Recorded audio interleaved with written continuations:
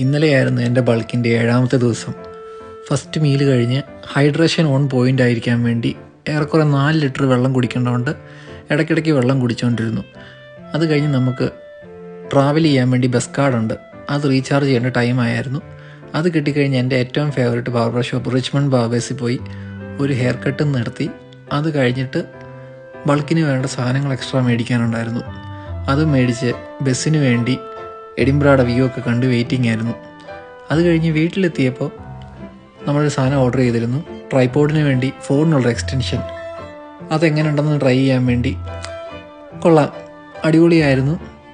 ക്യാമറയെക്കാട്ടിലും ഇച്ചിരിയും കൂടി ഒരു വൈഡൊരു വ്യൂ കിട്ടാൻ വേണ്ടിയാണ് ഞാൻ ഈ ഒരു അറ്റാച്ച്മെൻറ്റ് ഇവിടുന്ന് മേടിച്ചേക്കുന്നത്. അപ്പോൾ ഫോണിലത് വർക്ക് ചെയ്യും. ഇനി നമുക്ക് 2 മീലും കൂടെ കൺസ്യൂം ചെയ്യാനുണ്ട്. റെസ്റ്റ് ഡേ ആണെങ്കിൽ പോലും നമ്മൾ ക്രിയാറ്റിനും എടുക്കും.